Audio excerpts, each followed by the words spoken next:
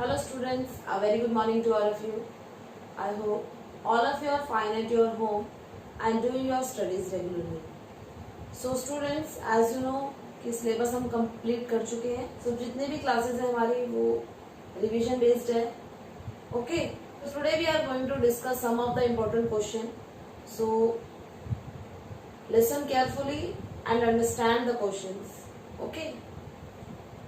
So students, first chapter में हमने 3 basic concepts पढ़े हैं जिसमें कि determinism, possibilism and neo determinism है. बहुत बार हम डिस्कस कर चुके हैं, एक्सप्लेन आपको किया जा चुका है. सो अभी तक आपको पता चल गया होगा डिटर्मिनिज्म मीन्स निश्चयवाद. सो इस कॉन्सेप्ट में क्या कहा गया था कि जो नेचर है वो ज्यादा पावरफुल है मैन से. और ये हम पहले की बात कर रहे हैं जब मैन है वो टोटली नेचर के कंट्रोल में था. इसे हम कहते हैं नेचुरलाइजेशन ऑफ ह्यूमन. सो अब यहाँ पर बेसिकली आज जो डिस्कशन है वो कौन से स्कॉलर्स थे जिन्होंने ये कॉन्सेप्ट दिया था. ठीक है. सो रेटजल ने ये कहा था निश्चयवाद या डिटर्मिनिज्म के बारे में. और उसके बाद में Ritter, Humboldt and Kumari Ellen Semple. Okay, तो ये नेम आपने लर्न करने हैं. Ratzel, Ritter, Humboldt and Kumari Semple. इसमें रेटजल एंड कुमारी सैंपल पूछा जा सकता है कि जो डिटर्मिनिज्म है उसको कौन से जो स्कॉलर्स थे उन्होंने सपोर्ट किया. सेकंड, पॉसिबिलिज्म इसका अपोजिट है. It is a humanisation of nature. Nature का ह्यूमनाइजेशन मतलब ह्यूमन बीइंग है वो ज्यादा पावरफुल हो गया अब नेचर से. और ये अभी प्रेजेंट की बात हो रही है तो टेक्नोलॉजी की वजह से, डिफरेंट रिसर्च की वजह से जो ह्यूमन बीइंग है वो ज्यादा पावरफुल हो गया है नेचर से. अब ये जो कॉन्सेप्ट था ये Lucien Febvre and Vidal de la Blache बहुत ज्यादा इंपॉर्टेंट है. Lucien Febvre and Vidal de la Blache. So ये स्कॉलर्स थे जिन्होंने पॉसिबिलिज्म का कॉन्सेप्ट दिया था. एंड नियो डिटर्मिनिज्म एक मिड पाथ, इन दोनों के बीच का जो रास्ता था ये मिड पाथ था, ये दिया था ग्रिफ्थ टेलर ने. नियो डिटर्मिनिज्म में कहा गया था ह्यूमन बीइंग टेक्नोलॉजी को यूज करके नेचर को चेंज कर सकता है, लेकिन यहाँ पर उन्होंने कहा स्टॉप एंड गो. पहले हमें स्टॉप होना होगा देन वी विल गो. यानी कि हमें कुछ देर ठहरना होगा. नेचर का एक्सप्लॉयटेशन हम नहीं कर सकते कॉन्टिन्यूसली. नेचर को यूज करने के लिए, उसको रिन्यू होने के लिए हमें टाइम देना होगा, इसलिए हमें थोड़ी देर के लिए स्टॉप होना होगा. अदरवाइज उसके अपोजिट इम्पैक्ट हमें देखने को मिलेंगे. नेगेटिव इम्पैक्ट मीन्स जो नेचर है, अगर ह्यूमन बीइंग नेचर को बहुत ज्यादा एक्सप्लॉइट करता है तो नेचर भी बदला लेगी बाद में. जो हम नेचुरल डिजास्टर कहते हैं, अर्थक्वेक आ गया, फ्लड आ गई, ड्रॉट हो गया. सो ये नेचर की सब कुछ नेगेटिव इम्पैक्ट इसलिए हो रहा है क्योंकि नेचर को बहुत ज्यादा एक्सप्लॉइट कर रहा है ह्यूमन. ओके, सो अभी एक बार दोबारा देखो कौन कौन से स्कॉलर थे डिटर्मिनिज्म के लिए. Ratzel, Ritter, Humboldt, Kumari Semple. Possibilism के लिए Lucien Febvre, Vidal de la Blache. And neo determinism के लिए Griffith Taylor. Okay, next question is how is the density of population of a large region calculated. So एक large reason की हमें अगर density पता लगानी है कि डेंसिटी ऑफ पॉपुलेशन क्या है, सो उसके लिए क्या फॉर्मूला है. The density of population refers to a ratio between the total population and the total land area in a country. So density means land के comparison में कितनी population है. So total population and total area. Okay. So total area and total population का जो ratio है that is the density of population. Okay. Next, define the term population distribution, जिसे हम हिंदी में बोलते हैं जनसंख्या का वितरण. So किस तरह से डिस्ट्रीब्यूशन हो रखा है पॉपुलेशन का, that is called the population distribution. Population distribution means an arrangement of the people over the earth surface. मतलब अर्थ सरफेस पर किस तरह से जो लोग हैं उनका अरेंजमेंट हो रखा है जहां पर वो रह रहे हैं, उसे ही कहा जाता है डिस्ट्रीब्यूशन ऑफ पॉपुलेशन. सपोज ये एक एरिया है, यहाँ पर इस तरह से पॉपुलेशन का डिस्ट्रीब्यूशन है. सो हम देखेंगे कि यहाँ पर ज्यादा डिस्ट्रीब्यूशन है जबकि यहाँ पर जो डिस्ट्रीब्यूशन है पॉपुलेशन का, डेंसिटी है वो कम है, मीन्स यहाँ पर लोग कम रह रहे हैं, यहाँ पर ज्यादा रह रहे हैं ड्यू टू सम रीजंस। सो इस अरेंजमेंट को ही कहा जाता है डिस्ट्रीब्यूशन ऑफ पॉपुलेशन, और ये हमारे अर्थ पर अनइवन है। मीन्स अगर हम पोल्स के साइड जाएंगे तो वहां पर, क्योंकि ड्यू टू हार्श क्लाइमेट, वहां पर क्लाइमेट बहुत ज्यादा हार्श है, तो वहां पर जो पॉपुलेशन है काफी कम देखने को मिलेगी, जबकि जो ट्रॉपिकल रीजन्स है वहां पर पॉपुलेशन ज्यादा है। Next question, name the most densely populated region of North America. अब नॉर्थ अमेरिका का मोस्ट पॉपुलेटेड रीजन कौन सा है? That is north eastern USA. United State of America का नॉर्थ ईस्टर्न पार्ट है, वो बहुत ज्यादा पॉपुलेटेड है नॉर्थ अमेरिका में। ओके, पॉपुलेशन बहुत ज्यादा वहां पर। Next, meaning of crude birth rate. अब हमने जन्म दर सुन रखा है, शोधित जन्म दर हिंदी में से बोला जाता है, शोधित जन्म दर। How we get the birth rate means, इसके लिए हम एक फॉर्मूला पुट करते हैं कि हम रेशियो लेते हैं, जो लाइव बर्थ है, ये लाइव बर्थ है उस पर्टिकुलर ईयर के, एंड ये पॉपुलेशन है उस पर्टिकुलर ईयर की, और ये पॉपुलेशन हम ईयर के मिड की पॉपुलेशन लेते हैं एंड उसको हम डिवाइड कर देते हैं 1000 से।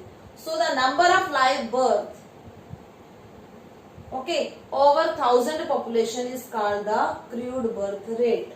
दोबारा देखना, बर्थ रेट मतलब लाइव बर्थ कितने हैं टोटल, उनको हम यहाँ पर लिखेंगे, उसके बाद में उस ईयर की मिड में जो पॉपुलेशन थी उस पॉपुलेशन को, एंड हम उसको इनटू कर देंगे 1000 से। Okay, so the number of live birth over year age per 1000 people, so this is called the crude birth rate.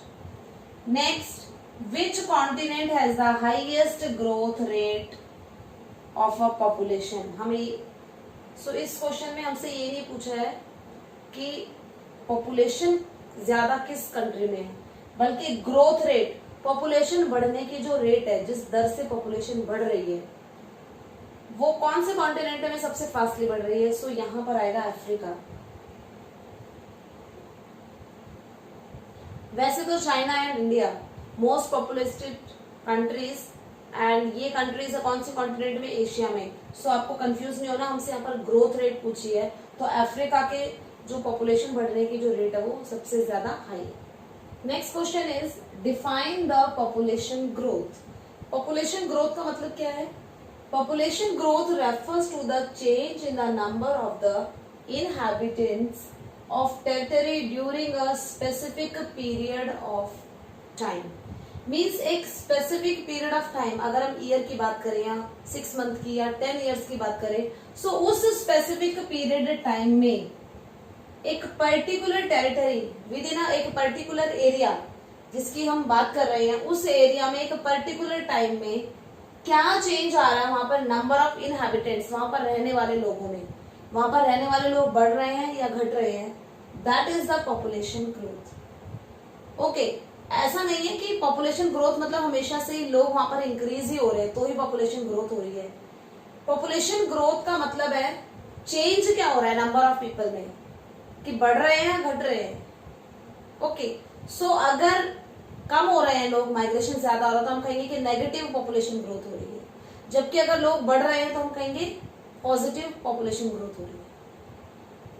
Okay, next is meaning of migration and push factor और पुल factor. तो ये question तो अभी तक आपको learn हो गया होगा क्योंकि many times I discuss this. Okay, so migration means the displacement of people from one place to another. जब लोगों का डिस्प्लेसमेंट और you can say that movement of people from one place to another, it can be permanent, temporary. ये permanent भी हो सकता है या टेम्परेरी। परमानेंट मतलब आप कहीं पर जाकर के सेटल हो गए सिटीज में और वहीं पर आप रहने लगे, तो आपने आपका सेटलमेंट है वो परमानेंट हो गया है। लेकिन some are temporary and seasonal. कुछ जो माइग्रेशन होता है वो सीजनल भी होता है एंड टेम्पररी बेसिस पे होता है। सीजनल में मेनली हम जो भी पेस्टोरिस्ट है उनको हम कह देंगे कि सीजनल है, कि बहुत ज्यादा हार्श क्लाइमेट था तो वो ऐसे सीजन में चले गए जहां पर थोड़ा सा समर सीजन है। जो माइग्रेशन होता है वो टेम्परेरी बेसिस, कहीं पर आप जॉब करने के लिए गए टेम्परेरी 2 मंथ्स के लिए, 3 मंथ्स के लिए, 1 ईयर के लिए, 10 ईयर के लिए, टेम्परेरी आपका माइग्रेशन हुआ है, seasonal migration and temporary. Okay, next one is अब push factor and pull factor. वो कौन से फैक्टर है जो पुश करते हैं, जो माइग्रेशन करने को मजबूर करते हैं? अनएम्प्लॉयमेंट, लोग काम की तलाश में मूवमेंट होता है। लोकल कन्फ्लिक्ट्स, लोकल कन्फ्लिक्ट्स मतलब वहां पर पीस नहीं है, वहां पर हमेशा लड़ाई झगड़े होते रहते हैं, सो लोग उस जगह को छोड़ के जाना ही पसंद करेंगे। Poor living conditions, living conditions में electricity, water facilities, schools, medical facilities, तो लिविंग कंडीशन वहां पर पुअर होती है, इसलिए लोगों का माइग्रेशन होता है। पॉलिटिकल टर्मोइल होते हैं, राजनीतिक दंगे होते हैं बहुत ज्यादा। अगर हम कहें जम्मू एंड कश्मीर में कभी भी टेररिस्ट वो अटैक कर सकते हैं, तो ऐसे एरियाज जो बहुत ज्यादा सेंसिटिव है वहां पर लोग नहीं रहेंगे, सो वहां से लोगों का माइग्रेशन हो जाएगा। नेक्स्ट, अनप्लीजेंट क्लाइमेट, क्लाइमेट अगर कहीं का ठीक नहीं है, बहुत ज्यादा या तो बारिश ही आ रही है या बहुत ज्यादा हार्श समर एंड विंटर या ऐसा सीजन, ऐसा क्लाइमेट के लोगों के लिए अनप्लीजेंट है, तो वहां पर भी लोग कम रहते हैं। Okay, next pull factor. So वो फैक्टर्स कौन से हैं जिनकी वजह से माइग्रेशन हो रहा है, मतलब अट्रैक्ट कर रहे हैं वो लोगों को कि वहां पर आकर लोग रहें। बेटर जॉब अपॉर्चुनिटीज, जहां पर लोगों को काम मिलता है, और बेटर लिविंग कंडीशंस, मतलब जहां पर बेसिक फैसिलिटीज, स्कूल्स भी है, इलेक्ट्रिसिटी भी है, मेडिकल केयर सेंटर्स भी है, मार्केट भी है, सो यहाँ पर लिविंग कंडीशन है वो जहां पर बेटर होगी, वहां पर लोगों का माइग्रेशन होगा। Next is 3 geographical factors which influence the distribution of the population। अब पॉपुलेशन का डिस्ट्रीब्यूशन मीन्स पॉपुलेशन किस तरह से डिस्ट्रीब्यूटेड है। अगर किसी पर्टिकुलर एरिया पर ज्यादा पॉपुलेशन है, सो कुछ रीजन होते हैं उसके पीछे भी कि क्यों वहां पर इतना ज्यादा डिस्ट्रीब्यूशन है पॉपुलेशन का। एक तो water availability, water availability means जहां पर वाटर अवेलेबिलिटी है वहां पर पॉपुलेशन का डिस्ट्रीब्यूशन ज्यादा है। अगर हम गंगा प्लेन्स की बात करें, नॉर्दर्न प्लेन ऑफ इंडिया, यहाँ पर गंगा रिवर की वजह से वाटर अवेलेबिलिटी है। सो हमने पहले भी देखा कि जो सिविलाइजेशंस है वो भी वाटर रिवर्स के पास में, वो रिवर बॉडी के पास में स्टैब्लिश हुई है। ओके, सो जो गंगा प्लेन है तो डिफरेंट इंडस्ट्रीज उसके आसपास में सेट है, उनको वहां से वाटर मिल जाता है। एग्रीकल्चर वर्क यहाँ पर होता है इन एरियाज में, नॉर्दर्न प्लेन में। ओके, पंजाब, हरियाणा, उत्तर प्रदेश, बिहार, यहाँ पर एग्रीकल्चर प्रोसेस, एग्रीकल्चर एक्टिविटी काफी अच्छी है, तो इरिगेशन के लिए वाटर अवेलेबल है यहाँ पर। ओके, सो हम कह सकते हैं कि वाटर अवेलेबिलिटी जहां पर होगी वहां पर पॉपुलेशन का डिस्ट्रीब्यूशन ज्यादा होगा। Second one is land forms. अब लैंड फॉर्म्स में हम 3 लैंड फॉर्म्स अगर बात करें, mountain, plateau and lands, plain land, ठीक है। सो प्लेन्स में ज्यादा पॉपुलेशन होगी, अनइवन सरफेस नहीं है वहां का, एग्रीकल्चर के लिए सुटेबल है, इंडस्ट्रीज के लिए सुटेबल है, रेजिडेंशियल के लिए सुटेबल है जो प्लेन लैंड है। जबकि प्लेट्यू एंड माउंटेनियस रीजन में रेलवे ट्रैक का कंस्ट्रक्शन हम नहीं कर सकते हैं, ओके, या इंडस्ट्रीज हम सेटअप नहीं कर सकते क्योंकि जो सरफेस है वो अनइवन है।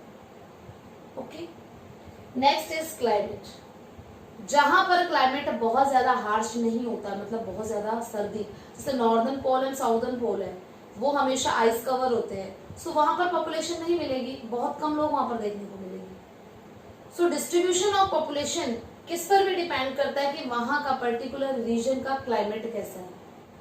So students, it's all about today's class, I hope all of you understand that. So आज आपको जितने भी क्वेश्चंस कराए गए हैं क्लास में, आप अच्छे से इनको लर्न करना है and write these question in your rough notebook. Okay, and if you have any doubt then ask. So बेटा अभी आपको खुद से भी प्रिपरेशन करनी होगी स्टार्ट। आप एनसीईआरटी चैप्टर से उनको रीड करेंगे, आपकी जितने भी कंफ्यूजन है या प्रॉब्लम्स है उनको हम क्लास में डिस्कस करेंगे। Okay, so read the chapters from your NCERT book, this is the must. Okay, so आप 2 पेजेस एनसीईआरटी बुक के या 3 पेजेस है वो डेली आपने रीड करने हैं, it make it your habit. Okay, so do your studies regularly. Thank you.